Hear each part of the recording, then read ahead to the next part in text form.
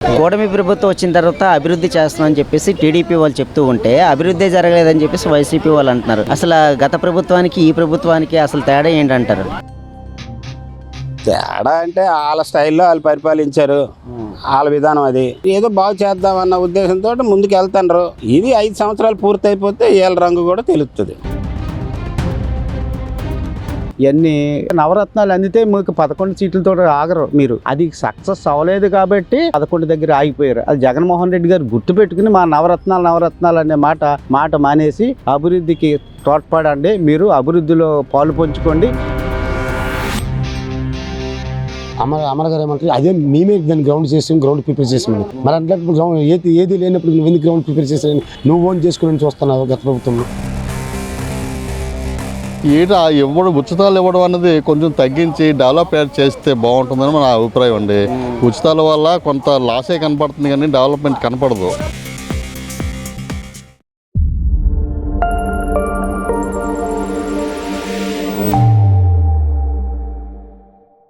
TDP వాళ్ళు అభివృద్ధి చేస్తున్నాం అని చెప్పేసి మాట్లాడుతూ ఉన్నారు. అయితే వైసీపీ వాళ్ళు అంటారు అభివృద్ధి జరగలేదని చెప్పేసి వాళ్ళు మాట్లాడుతూ ఉన్నారు. అసలు ఏంటి సార్, ఇది అభివృద్ధి జరుగుతుందా జరగట్లేదా? నన్ను అడిగితే నేను అభివృద్ధి జరుగుతుందనే చెప్తాను. అంటే ఎలాంటి అభివృద్ధి జరిగింది? మరి వైసీపీ వాళ్ళు చూస్తే ఎలాంటి అభివృద్ధి జరగట్లేదు, సంక్షేమం లేదు, ఏదీ లేదు అని చెప్పేసి అంటారు. విశాఖ ఇప్పుడు చూస్తూ ఉంటే అనేక రకాల ఐటీ కంపెనీలు ముందుకు వస్తూ ఉన్నాయి. ఇటీవల వచ్చినటువంటి గూగుల్ డేటా కంపెనీ కూడా ఎంతో ఉత్సాహంతో 1,30,000 కోట్లతో ఇప్పుడు అభివృద్ధి దిశలుగా ముందుకెళ్తూ ఉంది. ఎలా చూడాలంటారు? బాగానే చూడాలి. అభివృద్ధి అవుతుంది, డెవలప్మెంట్ బాగానే ఉంది. ప్రస్తుతం రాబోయే తరాలకేంచో పిల్లలకి ఉద్యోగాలు వస్తాయని ఆశ. ఇలా నడిస్తే కొద్ది రోజులు బాగానే ఉంటుందని మా అభిప్రాయం. ఇప్పుడు అభివృద్ధి కానీ సంక్షేమం కానీ ఎలా అనిపిస్తుంది మీకు? బాగానే ఉందండి.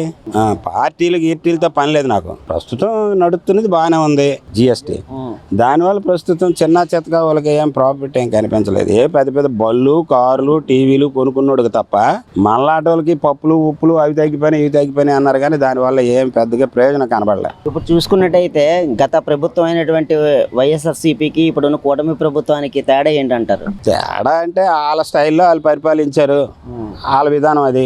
ఏదో బాగు చేద్దామన్న ఉద్దేశంతో ముందుకు వెళ్తాండ్రు.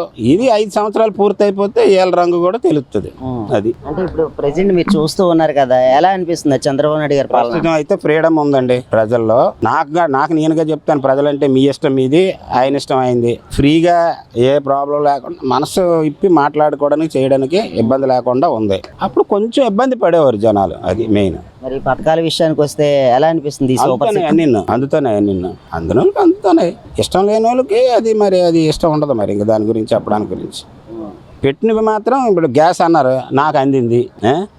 కొన్ని ఏవో మనకు రావాల్సిన పథకాలను అందాయి. ఇంకా ఏం చెప్పాలనుకుంటున్నారు చంద్రబాబు నాయుడు గారు? ఇలా మాట మీద నిలబెడితే పర్వాలేదు, మాట తప్పితే మాత్రం మళ్ళీ మటాసే. మాట మీద నిలబడాలి, వెళ్ళాలి. కూటమి ప్రభుత్వం మరో 15-20 ఏళ్ళు ఉంటుందంటారు. అవి మనం ఎవడు చెప్పండి. రేపు మనం ఇప్పుడు ఇక్కడి నుండి అక్కడికి వెళ్తే మనం ఉంటామో పోతామో తెలియదు. వాటి గురించి మనం ఎందుకు మాట్లాడాలి? జనాలు నాయుడు ఎలాగుంటుందంటే ఒక్కొక్కసారి ఒక్కొక్క గాలి వాటం అనమాట. ఎవడు ఎలాగా గాలి వేసిరితే అటు వెళ్తుంటారు. ఈయనకంటే ఆయన ఏదో మంచి కొన్ని కబుర్లు చెప్పి కొద్దిగా బాగా ఇచ్చేసాడు అనుకో, అటు తోసేస్తారు. మరి సంక్షేమం అభివృద్ధి విషయంలో చంద్రబాబు నాయుడు బెటర్ అంటారా లేదంటే జగన్మోహన్ బెటర్ అంటారా? కంపేర్ చేయడానికి లేదండి. ప్రస్తుతం ఈయన ఉన్నాడు కాబట్టి ఈయన చేస్తున్నాడని చెప్పుకోవడమే కానీ కంపేరింగ్ చేయడానికి లేదు. ఎందుకంటే ఆయన స్టైల్లో ఆయన పరిపాలించాడు. ఈయన విధానం, ఈయన అనుభవంతో ఈయన చేస్తున్నాడు. పూర్తిగా నిండనివ్వండి. కొంచెంలో బియ్యం నిండిన తర్వాత అప్పుడు తెలుస్తాయి ఇవన్నీ. కూటమి ప్రభుత్వం అభివృద్ధి దశలుగా ముందుకెళ్తుందని చెప్పేసి టీడీపీ వాళ్ళు అంటూ ఉంటే అభివృద్ధి జరగట్లేదని చెప్పేసి వైసీపీ వాళ్ళు మాట్లాడుతూ ఉన్నారు. అసలు ఎలా చూడాలంటారు? మనం ఇక్కడ అభివృద్ధి జరగట్లేదని చెప్పడానికి మనం ఒక్క మాట అభివృద్ధి జరగలేదని ఒక మాటే అయిపోతుంది అనుకుంటున్నారు. కానీ దాని వెనకాల ఎంతో కృషి, పట్టుదల, ఎన్ని రాత్రులు వాళ్ళు ఎక్సర్సైజ్ చేస్తే అభివృద్ధికి ఎట్లా వెళ్ళాలి. అభివృద్ధి అంటే ఇలా తలుపు తీసుకుని వెళ్ళిపోతేనే వచ్చేసి లోనికి వెళ్ళిపోయి ఎంట్రీ ఎవరికి రాదు. దానికోసం నిరంతరం ప్రక్రియ జరగాలి. వీళ్ళందరికీ ఇలా ఒక కంపెనీ వచ్చిందంటే దాని నుంచి ఒక 1 year నుంచి 6 months నుంచి దాంతో రెగ్యులర్ గా ఒక ఫాలోఅప్ ఉంటే అవుతుంది తప్ప ఇలాగ కేకేసేసి అపాయింట్మెంట్ ఇచ్చేసి రమ్మని అలా వెంటనే సైన్ చేసేసి ప్రక్రియలో ఏ కంపెనీ ఉండదు. ఏ కంపెనీ అది తెలుసుకోకుండా మాట్లాడే మూర్ఖులకి దీన్ని మనం చెప్పు దెబ్బతో కొట్టాల్సిన పరిస్థితి ఉంది. ఎందుకంటే ఇది చిన్న విషయం కాదు. చిన్న విషయాన్ని కింద తీసేసి ఏదో అభివృద్ధికి ఎక్కడ జరుగుతుంది జరుగుతుందని చెప్పడానికి చాలా అసలు చెప్పలేని విధంగా బాధ వ్యక్తం చేయలేని మాకు మనసులో ఆవేదన. ఎందుకంటే ఇవాళ జరిగే అభివృద్ధి చూడలేకపోతుంది. కళ్ళు ఉండి గుడ్డి వాళ్ళలాగా ప్రవర్తిస్తున్నారు. దానికి నిదర్శనం ఇదే, దాన్ని చెప్పక్కర్లేదు. అంటే ఇప్పుడు రాష్ట్ర వ్యాప్తంగా అభివృద్ధి ఎలా జరుగుతుందంటారు? సార్ ఇప్పుడు ఇవాళ అభివృద్ధి వికేంద్రీకరణ అని జరుగుతుంది. ఇవాళ మొన్న మీరు ఒకటే గమనించండి సార్, కర్నూలులో మనకి 13,000 కోట్ల రూపాయల అభివృద్ధి ప్రగతి పదంలో నడిపిస్తానికి ప్రధానమంత్రి శ్రీ నరేంద్ర మోడీ గారిని తీసుకొచ్చి అక్కడ కూటమి ప్రభుత్వం వాళ్ళకి ఒక భరోసా, వాళ్ళకి అక్కడ ఏం వస్తుంది, అక్కడికి ఐటీ ఎలక్ట్రికల్ సెక్టార్లో కానీ అక్కడికి ఏం వస్తాయి అనేది నిదర్శనంగా చెప్పి వాళ్ళు అక్కడ ఏం చేయాలి, ఏం జరుగుతుంది, ఏమేమి అభివృద్ధి జరుగుతుంది అనేది వాళ్ళకి ఇవ్వటానికి వాళ్ళకి భరోసా. అక్కడ కర్నూలుకి మాకేం జరగలేదు అనే దానికి వాళ్ళ ప్రాంతానికి రాయలసీమకి ఏం జరిగిందని అడగచ్చు, రాయలసీమకి ఏం జరిగింది అనేది అక్కడ జరగటానికి, ఉత్తరాంధ్రకి ఏం జరిగింది అనేది ఇక్కడికి వచ్చిన ఇక్కడ ప్రణాళిక బద్ధంగా ఇక్కడ ప్రాజెక్టులు కానీ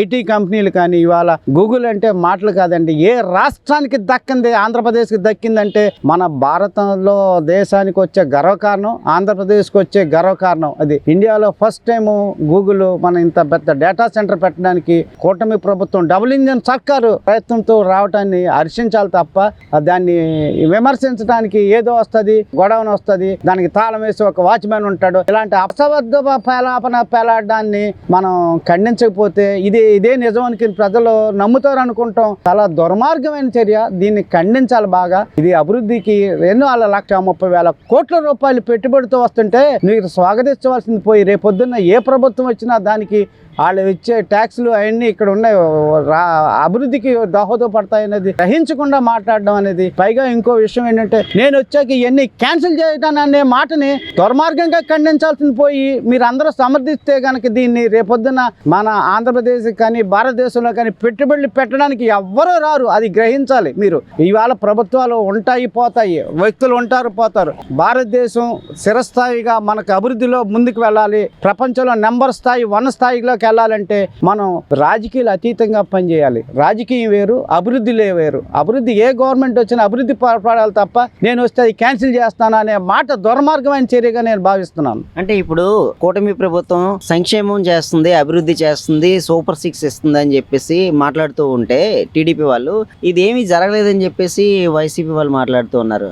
అంటే ఇది జరుగుతుందా జరగట్లేదా అసలు మీరేమనుకుంటున్నారు? సార్ జగన్మోహన్ రెడ్డి గారు మొన్నే చెప్పారు, ఒక యాప్ ఓపెన్ చేశాను, మీకు అందులో మీరు కంప్లైంట్స్ ఇవ్వండి. ఇప్పుడు మళ్ళీ కొత్తగా 1,00,000 కోటి సంతకాలతో ఉద్యమం, కోటి సంతకాలు ఉద్యమం. ఆ రోజు ఏమైపోయింది, ఆ రోజు రోడ్డు మీదకి వచ్చిన వాళ్ళు ఎంతమంది హింసించారు. మాట ఇలా మాట్లాడడానికి కోటి సంతకాలు కాదు కదా, ఒక మాట ప్రెస్ రిలీజ్ చేస్తే వాళ్ళని తీసుకెళ్ళి ఎక్కడ తీసుకెళ్ళి ఎన్ని కేసులు పెట్టారు. ఒక్క గుంటూరులో ఒక ఆవిడ చిన్న మాట మాట్లాడింది, ఆవిడకి పెద్ద వయసులో ఉన్నవాడిని కూడా చూడకుండా మీకు ఒక మహిళను 65 ఏళ్ల మహిళను మీరు ఎన్ని కేసులు పెట్టి ఎంత టార్చర్ చేశారు మన ఆంధ్రప్రదేశ్ కదా, ప్రపంచం అంతా చూశారు. అలాంటిది ఇవాళ మీరు కోటి సంతకాలు దొంగ సంతకాలు పెట్టుకుని మీరు పట్టుకెళ్ళి ఇవ్వాలి తప్ప మీరు సొంతకాలు ఉద్యమం ఎక్కడ సక్సెస్ అవుద్దో మీరు ఒకసారి గ్రహించి ప్రజలు మీరు అంతా గమనించాలి. ఇది కోటి సంతకాలు గూగుల్ డేటా సెంటర్ కావచ్చు, అలాగే ఇతర ఐటీ కంపెనీలు కావచ్చు విశాఖకు తీసుకొస్తూ ఉంటే ఇది ముందే మేము తీసుకొచ్చామని చెప్పేసి వైసీపీ నేతలు మాట్లాడుతున్నారు. అదే వాళ్ళే తీసుకొచ్చారంటారా? ఇప్పుడు కూటమి ప్రభుత్వం వచ్చిన తర్వాత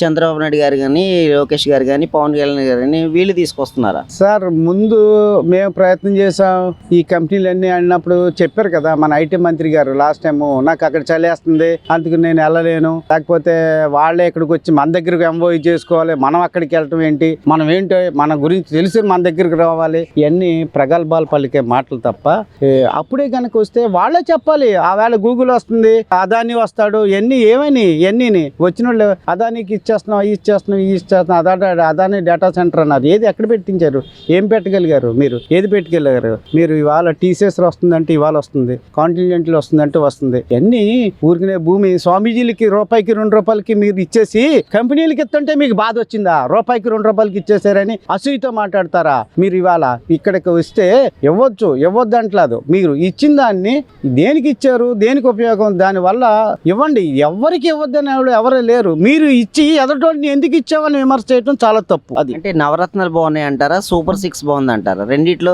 మధ్య తేడా ఏంటంటారు? ఇవన్నీ నవరత్నాలు అందితే మీకు 11 సీట్లతో ఆగరు. మీరు అది సక్సెస్ అవ్వలేదు కాబట్టి 11 దగ్గర ఆగిపోయారు. అది జగన్మోహన్ రెడ్డి గారు గుర్తు పెట్టుకుని మా నవరత్నాలు అనే మాట మానేసి అభివృద్ధికి తోడ్పడండి, మీరు అభివృద్ధిలో పాలు పంచుకోండి.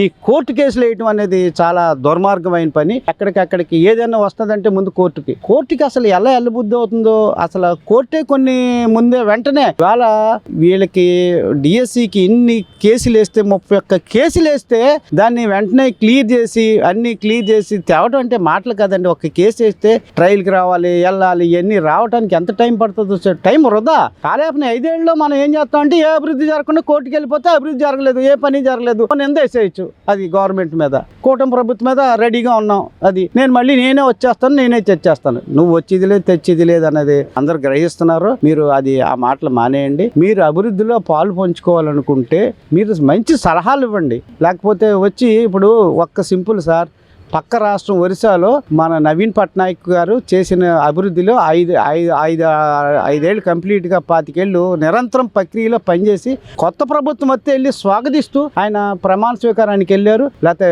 మనకి సెక్రటరీకి వచ్చినప్పుడు ఆయన వచ్చి కూర్చున్నారు. ఏమన్నా వస్తే ప్రధానమంత్రి వస్తే కూర్చుంటున్నారు, వెళ్తున్నారు. మీరు అలాగే ప్రధానమంత్రి వస్తే రారు, లేకపోతే ఎక్కడికి రారు, ఎక్కడికి వెళ్ళరు. ఏ ప్రతిపక్షంలో ప్రతిపక్ష హోదా ఇదే కావాలి, కానీ ప్రతిపక్షంగా మీరు పోషించే పాత్ర మాత్రం ఎక్కడా కనబడట్లేదు.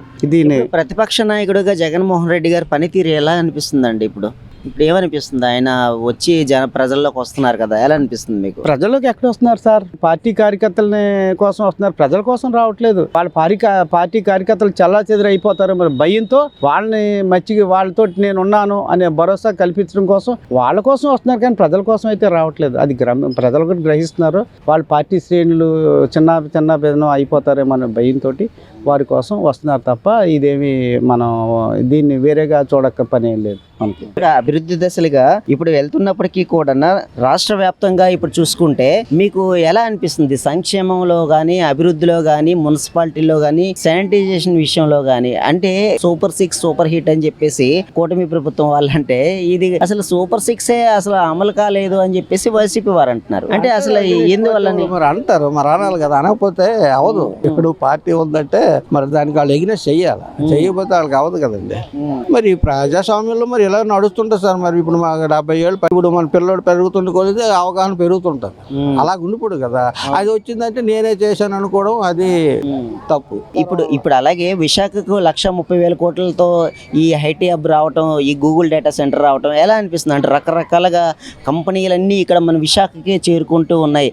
ఎక్కడో అమెరికాలో ఉండేటువంటి గూగుల్ డేటా సెంటర్ని ఇప్పుడు 2వ స్థానంలో విశాఖపట్నంలో పెట్టడం అనేది మీకేమనిపిస్తుంది? మంచిదే, వస్తే పిల్లలకు మంచిదే కదా. మరి వస్తుందని మరి అనుకోవాలి. వైఎస్ఆర్ ఉన్నప్పుడు అతను కొంత డెవలప్ చేసాడు. ఇప్పుడు మెడికల్ అని ఇవన్నీ అతని వల్లనే కొంత డెవలప్ అయ్యాడు.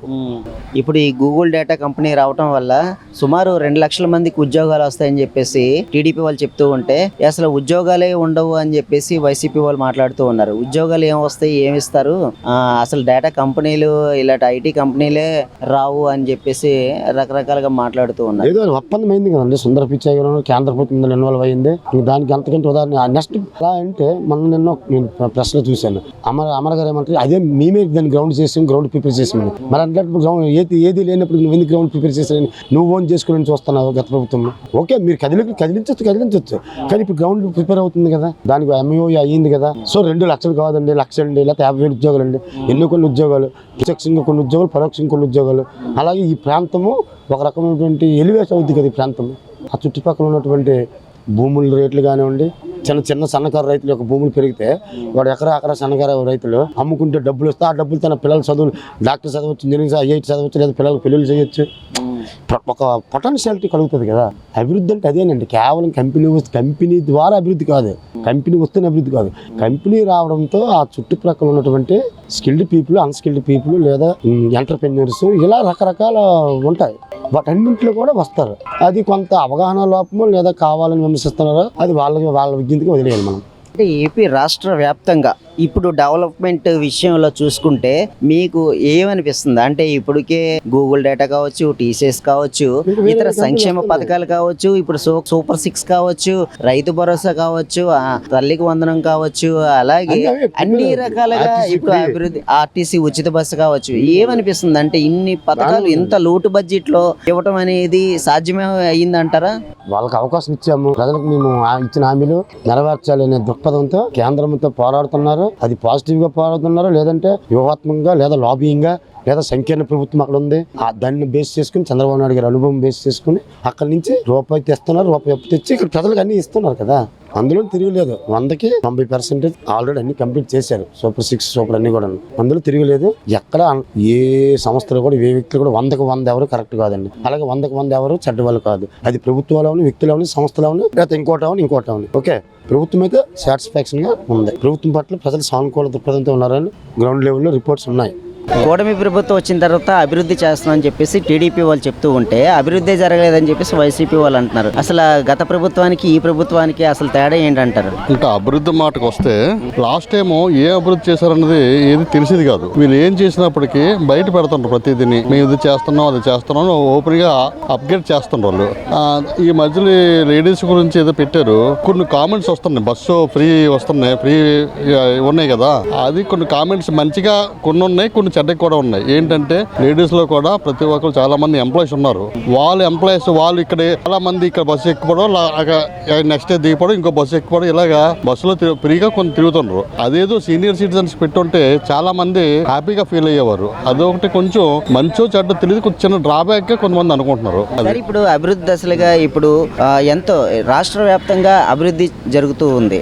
ఎలా అనిపిస్తుంది? అంటే అభివృద్ధి జరుగుతుంది అంటారా? అభివృద్ధి జరుగుతున్నట్టుగానే కనపడుతుంది. వాళ్ళ మాటల విషయంలో అయితే మాత్రం ఇంకొక 4-5 సంవత్సరాలు పోతే ఇంకా బాగా అభివృద్ధి అయ్యేటట్టుగానే మాటలు ఉన్నాయి. అది ఎంతవరకు పూర్తిగా సక్సెస్ అయిన తర్వాతనే మనకు తెలియాలి. కానీ అభివృద్ధి పదంలోనే మాటలు మాత్రం జరుగుతున్నాయి. మనకి రావాల్సిన కంపెనీలు అయితే ఈ వైజాగ్ కూడా బాగా ముందుకి బాగా డెవలప్ అయ్యే సూచనలు కనపడుతున్నాయి. కాకపోతే అయ్యే వరకు కూడా మాకు తెలియదు. మరి విశాఖ గూగుల్ డేటా సెంటర్ ఇప్పుడు వచ్చింది అంటే ఎలా అనిపిస్తుంది? అంటే 1,30,000 కోట్ల రూపాయలతో ఇక డెవలప్మెంట్ కి రంగం సిద్ధం చేస్తూ ఉన్నారు. అంటే ఇది అడ్డు పిటిషన్లు వేస్తూ ఉన్నారు ఈ జగన్మోహన్ రెడ్డి గారు. అంటే ఎలా చూడాలి? అంటే ఇప్పుడు దీనివల్ల ఎన్నో లక్షల ఉద్యోగాలు వస్తాయి కదా, దానివల్ల ఉపయోగమేనా? అంటే లక్షల ఉద్యోగాలు వస్తున్నాయి, నిజంగా వస్తున్నాయి అంటే మాత్రం ఉపయోగమే. కానీ కాకపోతే రావని అంత ఉద్యోగాలు ఎందుకు అవసరం పడుతుంది?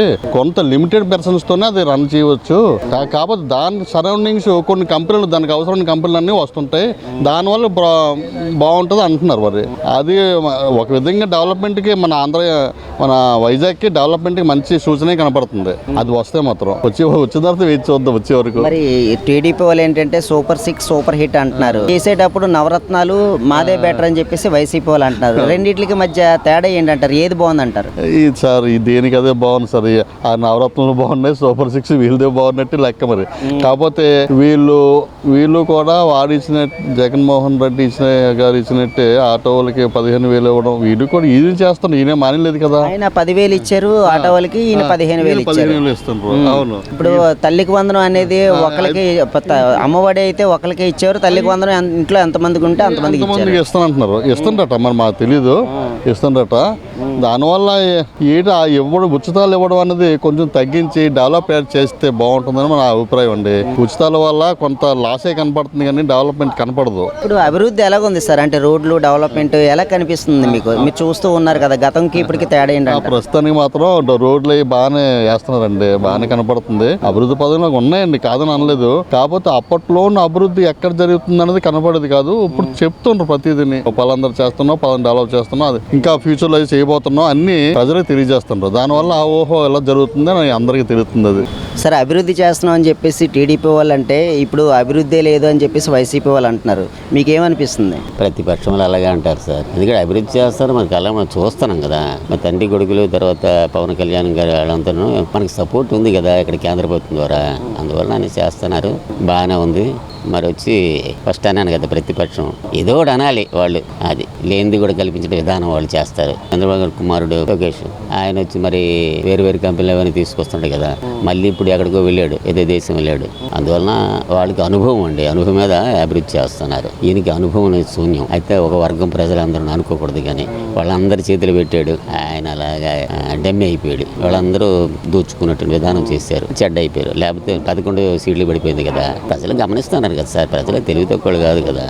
అదనమాట. అందువలన ప్రభుత్వం బాగానే చేస్తున్నారు, బాగానే ఉంది ప్రస్తుతానికి. సరే, ఇప్పుడు రకరకాల కంపెనీలు, ఇండస్ట్రీలు ముందుకు తీసుకొస్తూ ఉన్నారు, ఐటీ కంపెనీలు అన్ని. ఇప్పుడు మొన్న టీసీఎస్ కానీ, గూగుల్ డేటా కానీ, CPU కానీ, అంటే ఇలాగా అనేక రకాల కంపెనీలు తీసుకొస్తూ ఉంటే దీన్ని అడ్డుకునే ప్రయత్నం చేస్తున్నారు వైసీపీ వాళ్ళు. అంటే ఈ భూముల విషయంలోని లీజు కిందకి ఇస్తున్నారు, అంత తక్కువ ధరలకే ఇస్తున్నారు అని చెప్పేసి అడ్డు పిటిషన్లు పెడుతూ ఆపుతూ ఉన్నారు అభివృద్ధిని. ఎందుకని అంటే ఇలా అభివృద్ధిని ఆపాల్సిన అవసరం ఏముంది? అభివృద్ధిని ఆపితే వీళ్ళకి చెడ్డ పేరు వస్తుంది కదండి. ఎవరికి? తెలుగుదేశానికి. వీళ్ళు ఇస్తున్నటువంటివి వాళ్ళు ఆపారు అనుకోండి, అదే ఖాయమైంది అనుకోండి, ప్రభుత్వం బాగోలేదు ఇలా చేస్తున్నారు. రూపాయికి ఏదో కొన్ని చోట్ల ఇచ్చాడ లోకేష్ భూమి, ఎకరం రూపాయికి 2 సంస్థలకి ఇచ్చాడని. వాళ్ళు ఏమనొచ్చి ఇంకా ఎన్నో 100 ఎకరాలు 1000 ఎకరాలు ఇచ్చినట్టు చెప్తున్నారు. చెప్పిన అబద్ధాలు సార్, అవి నిజం కాదు. ఎందుకంటే చేస్తాను, మన కళ్ళతో చూస్తున్నాం మనం. అభివృద్ధి చేస్తున్నారు, తర్వాత ఇంకో వాళ్ళు పెట్టిన బొక్కలన్నీ తీర్చుకొస్తున్నారు. నెక్స్ట్ వచ్చి సంక్షేమ కార్యక్రమాలు బాగానే చేస్తున్నారు. అంచెలంచెలుగా అలా చేస్తున్నారు అన్నమాట. అందువలన ఎక్కడ ఆగలేదు, అంతా బాగానే ఉంది. ఇప్పుడు ఈ మధ్య నవంబర్ 1 నుంచి డిఏలు ఇస్తున్నారు కదా, అవి తర్వాత అంతా బాగానే చేస్తున్నారు. కాదు, అభివృద్ధి కానీ సంక్షేమం కానీ జగన్మోహన్ రెడ్డి గారి పరిపాలనలో బాగుందా, ఇప్పుడు కూటమి ప్రభుత్వం పరిపాలనలో బాగుందా అంటారా? ప్రభుత్వం బాగుంది సార్. అయ్యి భలేవాళ్ళే. జగన్మోహన్ రెడ్డి ప్రభుత్వంలో అతను ఏం చేసేవాడంటే తనఖాలు పెట్టేసి అమ్మేసి డబ్బులు పంచేవాడు. ఇప్పుడు అలా కాదు కదా, ఇప్పుడు తనఖాలు అంటే పెట్టలేదు కదా.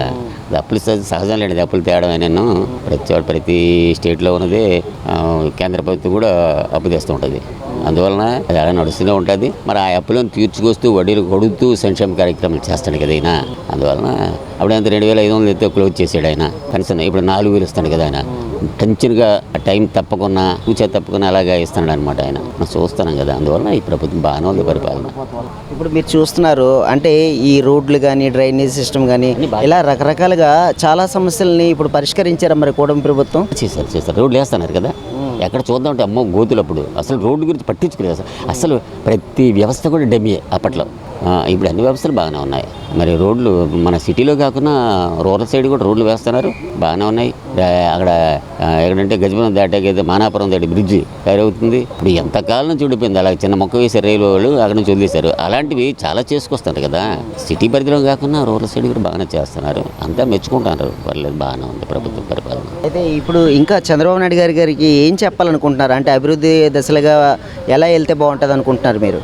ఇంకనూ ఇంతకన్నా అభివృద్ధి దశకి వెళ్ళాలనుకుంటే మరి ఇప్పుడు ఈ కంపెనీలు తీసుకొస్తున్నారు కదా, వాటి వలన ట్యాక్సెస్ వస్తుంటాయి కదా మరి గవర్నమెంట్కి. మరి అలాగే మనం కడుతున్న పనులని ట్యాక్సీలన్నీ కలిపి మరి ప్రజలకి ఇస్తున్నటువంటి సంక్షేమ విధానాలు తర్వాత వచ్చి ఇంకా అధికంగా వీళ్ళు చేస్తారనే నమ్మకం ఉంది నాకు మాత్రం. ఎవరో మూడు పార్టీలు కదా, బీజేపీను, పవన్ కళ్యాణ్, తెలుగుదేశం వాళ్ళు. వీళ్ళు ఇంకా నా 15-20 సంవత్సరాలు ఉంటే మంచిదని అనుకుంటాను నేను. ఎందుకంటే ఇప్పుడు బాగానే ఉంది పరిపాలన. జగన్మోహన్ రెడ్డి పరిపాలన డెఫినెట్ సార్ అతను. ఎందుకంటే అతను ఇప్పుడు మనం చూసాం కదా, ఇక్కడ ఋషికొండలో కట్టారు. ఎందుకు సార్ ఆయన కోట్లు కట్టింది? ఆ తర్వాత ఆయన సొంత ఇంటికి కూడా ఉన్న ప్రజాదానం వాడుకుని ఆయన చాలా మట్టుగా చేసాడు. అక్కడ అదే ఊరది ఆయన ఉండే ప్లేస్ ఉంది కదా అక్కడ. అలాగే చాలా డబ్బు దుర్వినియోగం అయిపోయిందండి. ప్రజాధనం చాలా దుర్వినియోగం అయిపోయింది. ఎవరికి కావాల్సిందో దోచుకున్నారు. కొంత ఏం చేశారంటే ధనాపేక్ష కలిగి భూములు, మరి కాంట్రాక్టులు కూడా సగం కాంట్రాక్టులు దోచుకొని భయపెట్టి అలాగేలాగా గుండాయిజం, రౌడీజం చేస్తూ అలా చేస్తూ దుర్మార్గ పరిపాలన. అంటే కౌరవ సైన్యం లాంటిదనమాట. అలా పరిపాలించారు. అలా ఉద్దేశం అయితే అప్పుడు పరిపాలించారు. ఎవరు అడ్డుకోలేరు. ఎందుకు 5 సంవత్సరాలు కూడా వాళ్ళు అలాగా చేయవలసింది చేశారు. అందువల్ల ఏంటంటే బయట మాటలే మరి 5 సంవత్సరాలు ఓటు చేశారు కాబట్టి జగన్మోహన్ రెడ్డికి మరి అనుభవించండి అన్నట్టు ఎవరు ప్రధానమంత్రి. బయట మాట్లాడి మనం చేసాం కానీ అలాగే ఇప్పుడు కూడా అన్నీ బాగానే చేస్తున్నారు, కాదనలేము. జగన్మోహన్ రెడ్డి గారు ఒక ప్రతిపక్ష నాయకుడిగా ఆయన చేసినటువంటి పనులు ఇప్పుడు ఏ రకంగా అనిపిస్తున్నాయండి? అంటే అభివృద్ధి దశలుగా ఆయన ప్రతిదానికి పిటిషన్స్ పెట్టడం, అభివృద్ధిని ఆపేటట్టు చూడటం అది చేస్తూ ఉన్నారు.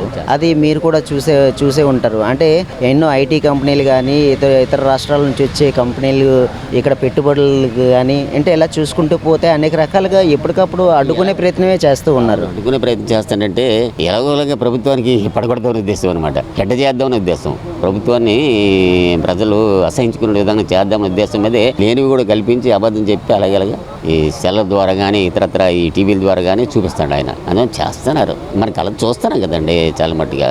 అందువల్ల అది కాదనలేము. అది థ్యాంక్ యూ.